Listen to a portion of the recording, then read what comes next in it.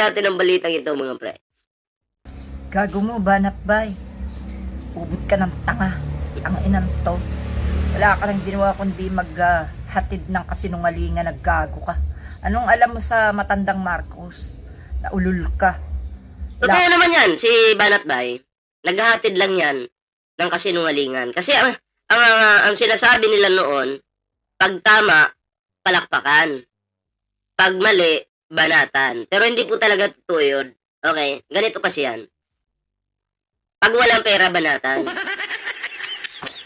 Ganun yun. Pag may pera, palakpakan at ipagtanggol. Diba nga sabi ko sa inyo, yan sila Banat Bay noon. Binabanatan yan si Kibuloy. Diba? Kulto, kung ano-anong sinasabi kay Kibuloy. Kung ano-anong sinasabi kay Kibuloy. Tapos, ngayon, bigla na silang pamilya. Bakit po? Eh, malamang sa malamang. Hindi naman sila magkakaganyan kung walang pera. Diba? Kaya itong mga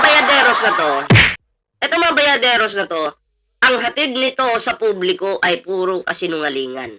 Kasi every time na sila po ay nagsisinungaling, sila po, ang bulsa po nila ay napupuno. Totoo po yan. Puno po yung bulsa ng mga hinayupak na to. Palagi pong puno yung bulsa niyan. Diba? Every time na sila ay maglalabas ng kasinungalingan, limpak-limpak na salapi ang papasok sa bulsa nila. Totoo po yun. Kasi kahit ako ako po, wala akong matatanggap na pera. Halimbawa, ako mukha akong pera. Oh. Wala akong matatanggap na pera. Bakit kita sisiraan? Tangina, mapahamak ako dyan. Pero kung malaki yung binabayad sa'yo, tangina, kakapit ka sa patalim. Katulad ng ginagawa ng putang inang bayad ba? Sorry. Bagong taon ngayon eh. Sorry po. Bagong taon ngayon, bagong taon. Kalma. Kalma lang. Ayan na. Baka namang naiintindihan sa nakaraang administrasyong Marcos. Tangnan to, nagkakakata. Ayaw na daw ng mga investor dito sa atin. Ayan, isa pa yan, kasi nungalingan yan. Kumpara nyo na lang sa panahon ni Digong. Sa panahon ni Digong at panahon ni PBBM. Marami po mga investors yung umatras sa panahon ni Digong. Sino bang magtsatsaga dito na investors sa panahon ni Digong? COVID. Mas pinopromote pa ni Digong yung COVID. Investor ka, papa? Mag-i-invest ka ba? Hindi. Pero sa panahon ni PBBM, malinis, walang patayan. Alam niyo kasi, takot kasi yung mga investors kung magulo yung bansa. Kung palaging patay-patay, gera dito, gera doon. Takot po. Wala naman silang kikitain dyan. Diba? Maniwala pa ako, drug lords. Pag maraming mamamatay, kikita. Kikita. Oh. Diba? So, nakukuha natin yung punto na itong si Banat Bay, pag sinabi, lahat po lahat po ng sinasabi ni Banat Bay, baliktarin nyo lang po. Yun po yung katotohanan. Yun po. Ang sasabihin niya lang naman, wala naman pumapasok na investors dito sa ating bansa. Wala daw pumapasok. Asan ebidensya? Diba si PBBM, Japan yata yun, nagpunta sa Japan si PBBM. Nakakuha ng 50 billion pesos. Nag-uwi ng 50 billion pesos. Nag-uwi. So, ibig sabihin, marami pong nagtiwala kay Pangulong Bongbong Marcos. Eh si Digong noon, ano nangyari? Iba't ibang bansa, nagkita-kita. Ano nangyari kay Digong? Naging lutang po siya doon. Wala man lang kumausap sa kanya. Nakikita yung video na yun. Hindi ko na kasi mahanap sa TikTok eh. Hindi ko na paghandaan. Naging lutang siya, walang kumausap sa kanya para siyang tanga doon. Diba? Di nakakahiya yun. Hayop ka. Sinong may sabi sa'yo, tangina mo. Ang ayaw dito, ang mga Duterte. Ina ka. Huwag ka nga magkalat ng kayabangan ng hype ka. Bagong taon na bagong taon, magbago ka ng demonyo ka. Dahil sa inyong mga hype kayo, natututo talaga kaming magmura. Utang ng mga to, ang yayab. Oh. Ako naman, sa pagmumura, okay lang. Kung talaga yung tao ka mura-mura, murahin mo yan. Walang problema dyan. Murahin mo ng murahin. Di ba? Pero hindi ko pinopromote. Akin lang naman yun. Kung kamura-mura talaga. Pero, masama pa rin. Di ba? Lalong-lalo na sa mga kabataang nanonood sa atin. Dapat talaga hindi kayo magmura. Hayaan nyo na ako magmura.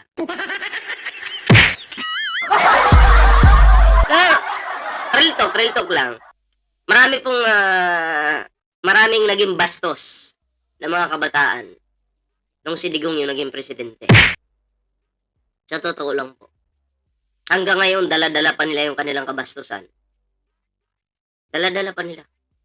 Diba? Tapos, eto pa. Kinakalaban na nila yung kanilang mga magulang. Kinakalaban na po nila. Wala na po silang respeto sa kanilang mga magulang. Dahil natuto sila sa kabastusan ni Digong. Diba? Wait lang. Kunin ko lang yung remote.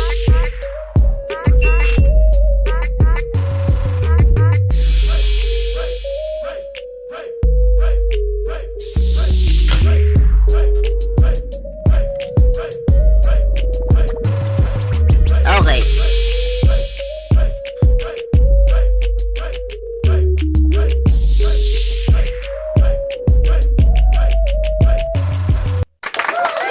Let's go! Bang bakit kayo mga DDS kayo, mga putang ina talaga kayo? Ha?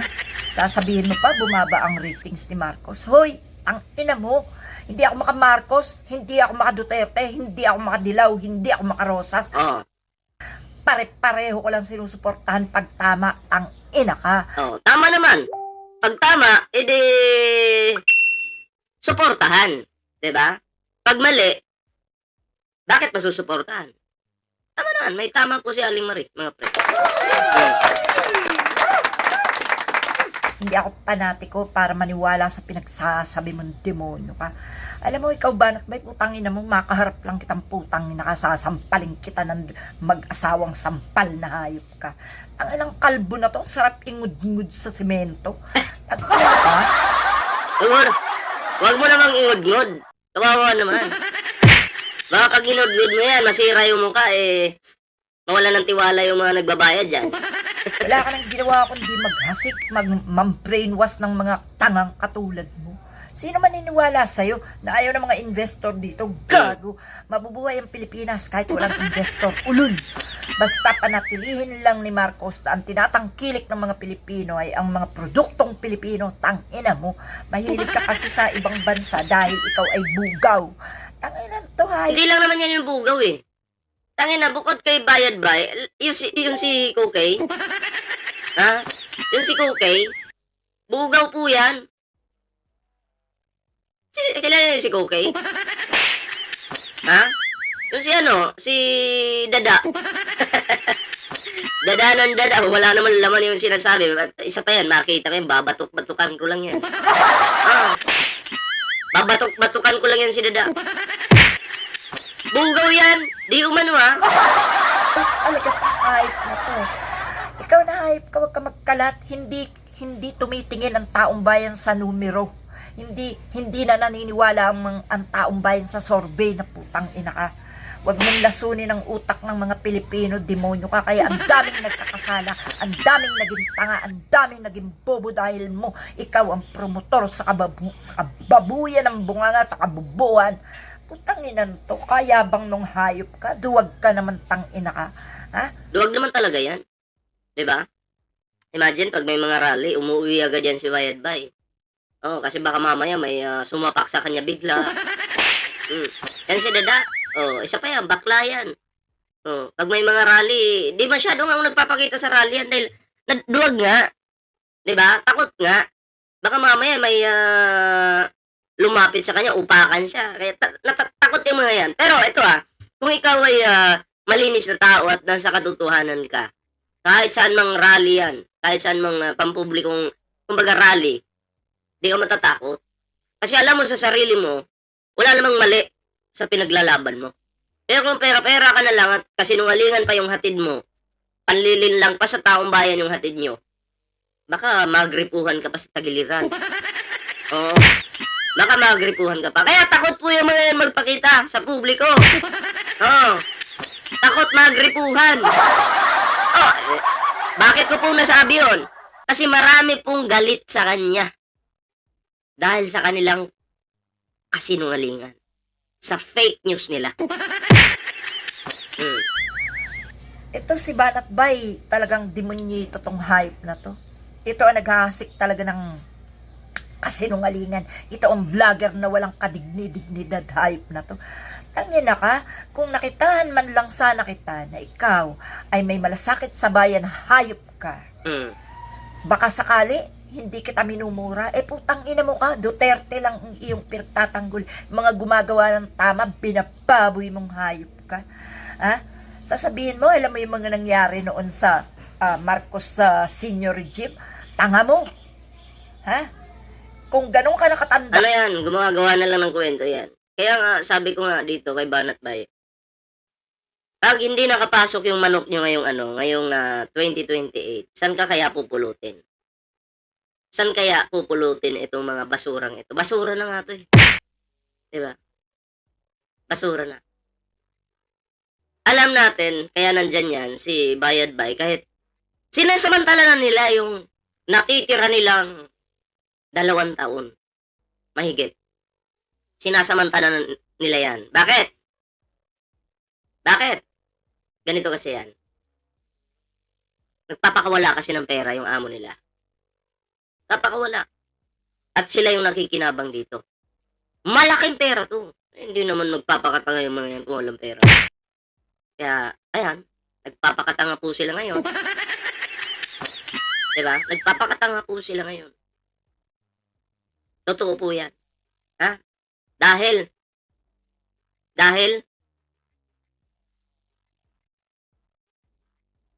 gusto nilang yumaman. Oh. Para, pag nagtapos na yung amo nila, tapos na yung oras ng amo nila, at least puno na yung bulsa nila. Oh. Kasi in case na wala man tumanggap sa kanilang mga kulay, ba't ibang kulay? Kasi malabo na talaga sa 2028 mga Duterte, tanggal na talaga yan. In case na wala nang tumanggap sa kanila, at least may pundo sila, puno yung bulsa ng mga yan.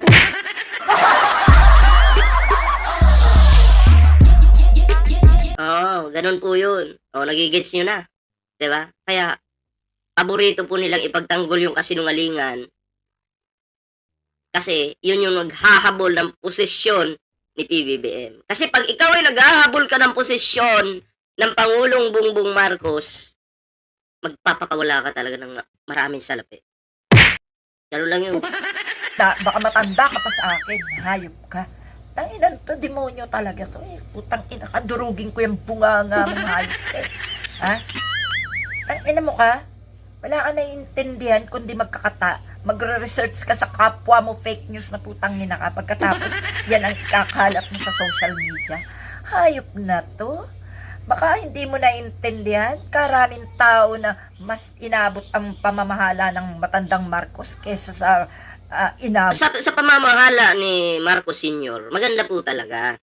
Kaya nga lang, kung lalabag ka sa pamamahala or sa batas, yari ka talaga. Baka nga pa, mamatay ka pa eh. Baka ipapatay ka ba? Naniniwala po ako, pumapatay po yun ng mga taong sira din yung utak. Yung mga taong patapon yung buhay, yung gustong mandamay, yun, yayariin ka talaga nun. Diba? Pero kung matino ka lang, maka-Pilipino yun. Maka-Pilipino yun. Tandaan nyo yan. Si Marcos Sr. po ang alam kong pinakamatalino. Isa sa pinakamatalinong naging presidente po ng ating bansa. Siya po ang nagbangon sa ating bansa. Ang daming mga murang bilihin sa panahon ni Marcos Sr. Pero kasi, ano kasi ngayon eh, makabago na tayo eh, di ba? So, medyo nagmahal na. At dahil kasi sobrang nagmahal ngayon kasi sa panahon din ni Digong, 'di ba? Yung bigas napakamahal. Buti nga ngayon bumagsak, 'di ba? Dahil din kay Digong 'yan, kasalanan ni Digong. Bakit po? Kasi kung ikaw na presidente ka, hindi ka lang magnanakaw, hindi ka lang magnanakaw, hindi magkakalit-silit yung ating bansa. Pero sa panahon ni Marcos Sr., grabe.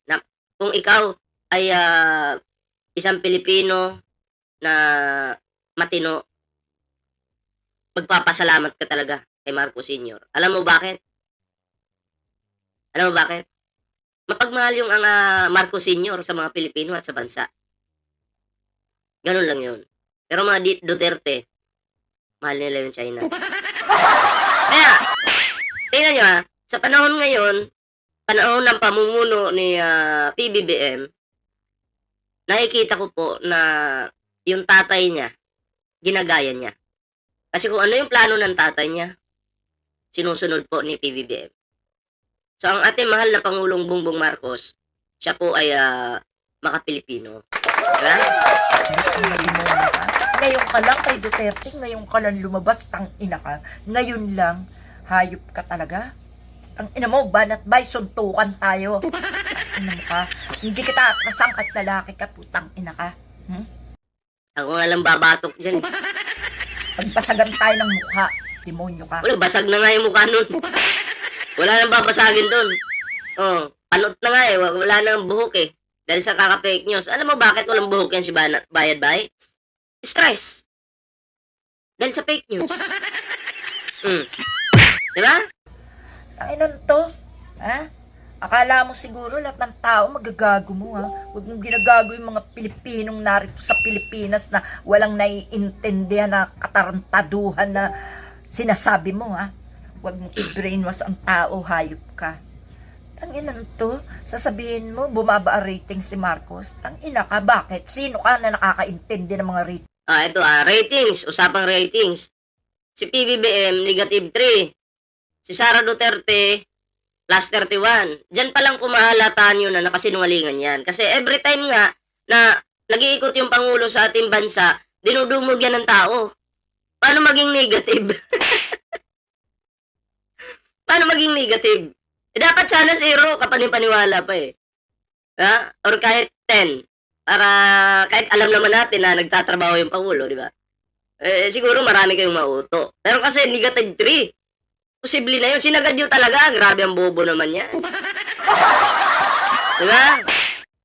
Napaka-bobo talaga. Ang ginawa nyo sana, ginawa mo yung kapanipaniwala ba? Tapos ito pa, yung 31, yung pa yung tamad, walang trabaho. Yung 31, yun yung may issue sa pagpatay, may issue sa panunuhol, di ba? May issue sa ka-fake newsan, may issue sa confidential funds, may issue sa laptop, may issue sa mga motor. Si BBB, anong issue nyo? O paratang lang na kurakot yung Pangulo. Hanggang salita lang, wala, no evidence naman. Diba? Kayo, ang dami ng ebidensya. Tapos nag-3 pa yung Pangulo. 31 si Sara.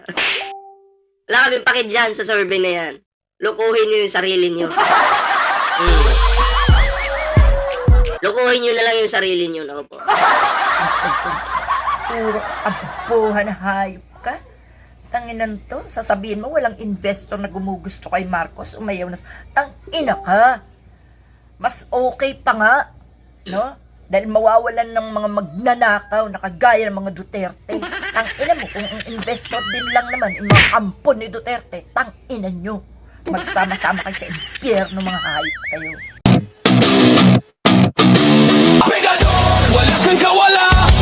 Pegador, kayo ay maganda. Pegador, galit sa masama. Pegador, ang sa inyo bebenga. Pegador, wala kang kawala. Pegador, kayo ay maganda. Pegador, galit sa masama. Pegador, ang sa inyo bebenga.